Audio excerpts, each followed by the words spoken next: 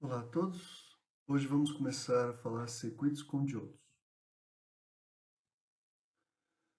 Nós vamos estudar os circuitos com diodos em configuração paralela e mista.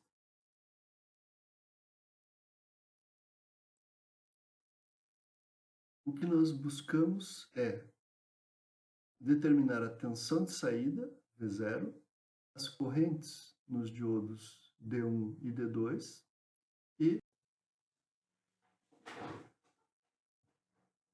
para isso, nós vamos substituir os diodos, visto que eles estão polarizados diretamente, nós vamos substituí-los pela tensão característica do diodo de silício, que é igual a 0,7 volts.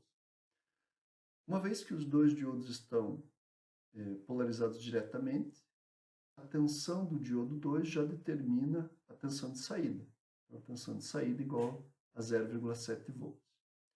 Em relação às correntes, nós teremos que a tensão sobre o resistor será dada por 10 volts menos 0,7, então resultando 9,3 volts em cima do resistor de 330 ohms, o que resulta numa corrente de 28,18 mA. Assumindo que os dois diodos são idênticos, a corrente irá se dividir entre o diodo 1 e o diodo 2. Então, nós teremos ID1 igual a ID2 igual a 14,09 mA. Agora, analisando este circuito, onde nós temos uma fonte de 20 volts na esquerda, uma fonte de 4 volts na direita e dois diodos de silício em polaridades contrárias. O que a gente observa? O diodo que está com o anodo para a esquerda e catodo para a direita, ele terá maior potencial no anodo, menor potencial no catodo.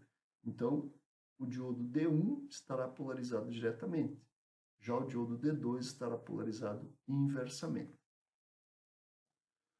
Como resultado, o diodo D2 será substituído por um circuito aberto e o diodo D1 representando uma queda de tensão de 0,7. Então, como que a gente determina a corrente?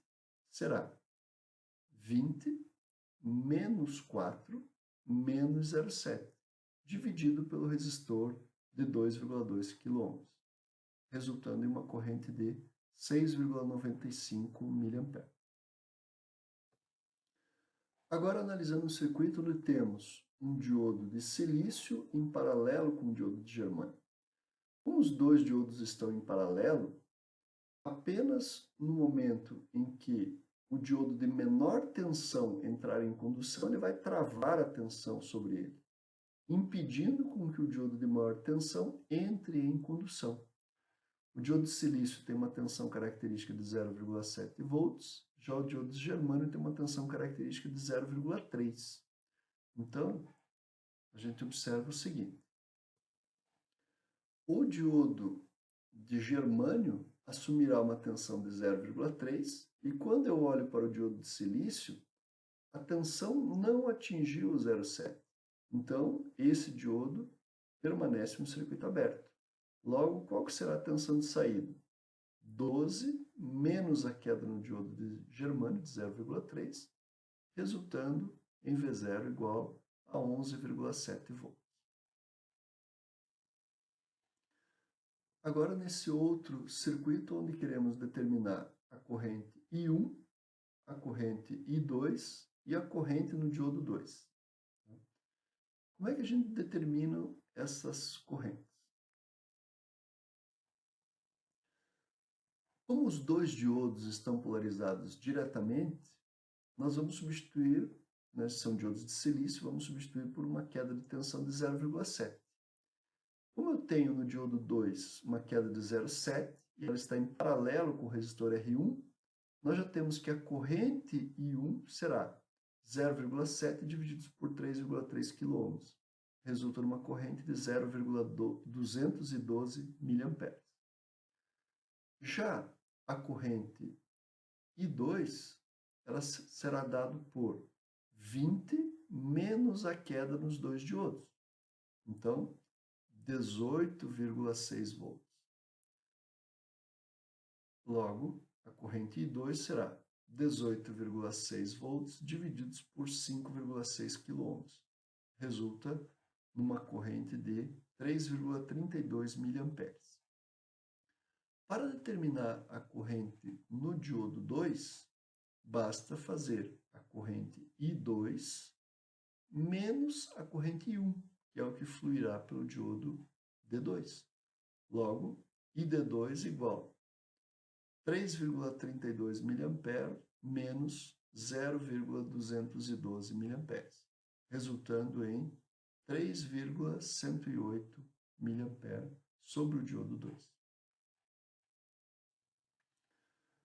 Olhando agora para os circuitos com diodos formando portas lógicas. Então, nós temos aqui na esquerda um circuito com diodos formando a porta lógica OU, e na direita, um circuito com diodos formando uma porta lógica do tipo E. Como que funciona uma porta OU? A porta OU terá nível alto na saída quando tivermos nível alto ou na entrada 1 ou na entrada 2, ou em ambas.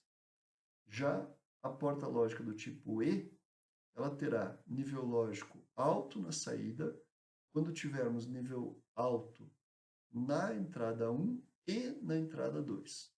Qualquer outra combinação dará nível lógico baixo na saída. Então vamos começar analisando a porta lógica OU para essa condição de entrada. Nível lógico alto na entrada 1, nível lógico baixo na entrada. Com nível lógico alto na entrada 1, nós teremos o primeiro diodo polarizado diretamente. Então nós temos uma queda de 0,7 volts. Então aplica-se 10, uma queda de 0,7 resulta em 9,3 volts na saída. Então 10 menos 0,7. Já na entrada em que foi colocado o nível lógico baixo, o diodo está polarizado inversamente, ele é um circuito aberto. Então ele não influencia na tensão de saída. Então logo, entrada nível lógico alto na entrada 1 resultou em nível lógico alto na saída, característico de uma porta OU. Uma das entradas em nível alto já resulta a saída também em nível alto. Analisando agora a porta lógica E. Então, lembrando que na porta do tipo E, nós teremos nível lógico alto na saída quando a entrada 1 e a entrada 2 tiverem nível lógico alto. Neste caso, nós estamos analisando nível lógico alto na entrada 1 e nível lógico baixo na entrada 2. Lembre que os diodos na porta E estão com o catodo para a esquerda e o anodo para a direita. Então, quando nós colocamos nível lógico alto na entrada 1, isso polariza o diodo inversamente, né? Ele não chega a se polarizar, de tal forma que ele é substituído por um circuito aberto. Já na entrada 2, colocando nível lógico baixo na entrada, nós temos polarização direta do diodo. Então, nós temos uma queda de 0,7 com a polaridade apresentada aqui, neste ponto.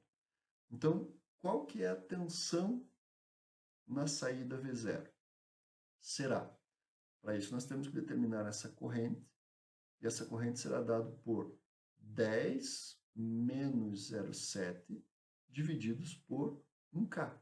Então nós teremos 9,3 mA fluindo neste ramo.